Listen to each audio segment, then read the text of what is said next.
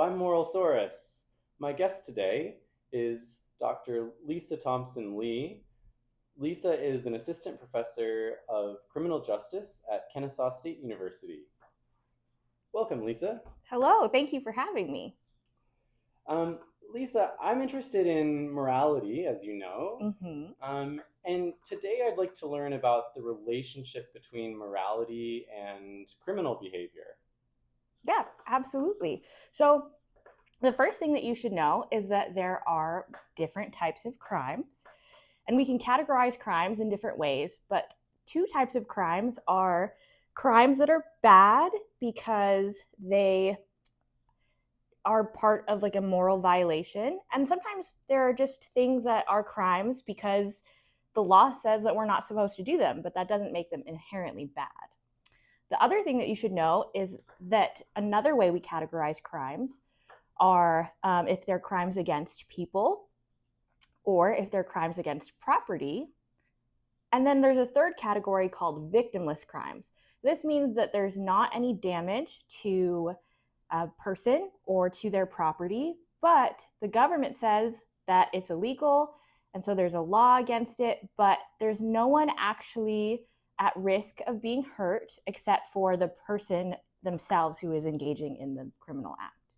Okay, could you give an example or two? Yeah, exactly. So a great example of a victimless crime would be somebody who decides to take drugs. As long as they're not sharing those drugs with anyone else, they are the only person involved in the crime, and so therefore it's victimless. But if the drug is illegal, you're not supposed to do it or have it. And so these are examples of crimes that uh, might not necessarily be considered immoral, or like what's the relationship between morality and crime? Well, with those types of crimes, there is still the potential for harm, but you're not necessarily harming anyone else. And that's really what criminal law is focused on.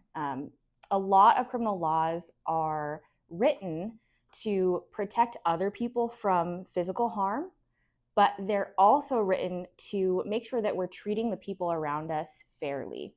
So if the crime that's taking place doesn't violate any issues of harm or it doesn't violate any issues of fairness, then we can say that that crime isn't necessarily immoral. Okay. So what about a crime like, say, stealing? Well, what are we stealing? Uh, Stealing an iPhone. Well, that wouldn't be very nice to do because presumably that iPhone belongs to somebody else. And so we don't want to take someone else's things from them because that's not fair. Okay. And what about if you were stealing something different, like stealing a loaf of bread to feed your family? Well, that's a little bit of a different issue. So technically that is still a crime, right? Because you are stealing something from somebody else, but you are potentially, stopping your family from experiencing harm or pain by making sure that they can eat. So it's more of a gray area or a nuanced conversation. So it might be okay to commit crimes if you needed to do so in order to survive. Some people might think that's okay, but if the law still says it's a crime, then you could still get in trouble for it. Okay. What about other kinds of crimes? Like, what about drinking underage? So, that type of crime, we know that we're not supposed to drink underage. But with that type of crime, that's something that you can call a status crime, meaning that it's not illegal for somebody to drink. But if you're underage, you're committing a crime because you're not yet at the point that the law has decided that you're allowed to go and drink. So in this case, age 21 in the US. Age 21. Mm-hmm. So if you're older than age 21, you're allowed to drink? Absolutely. Okay, well, I'm almost 200 million years old, so that should be okay. Yeah, I think you're safe.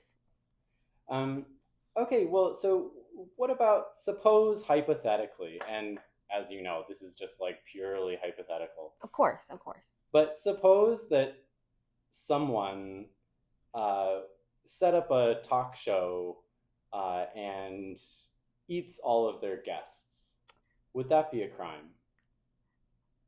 Well, yes, because it's potentially causing harm. Well, not potentially, it's causing harm to your talk show guests. Why are you eating them? Well, just hypothetically, Yeah, and hypothetically. hypothetically, but you said it was okay to steal a loaf of bread to feed your family. If so, it might be okay to commit crimes if it was necessary to survive. I mean, But survival is important. so what if someone needed to eat people to survive? Well, I think that's a big gray area. Okay. Um, well, that's probably good enough for me. Okay, great. Um, great. Great. Well, thanks so much, Lisa. It's been a pleasure having you. Thank you so much. And it'll be a pleasure having you in this other way. Ah!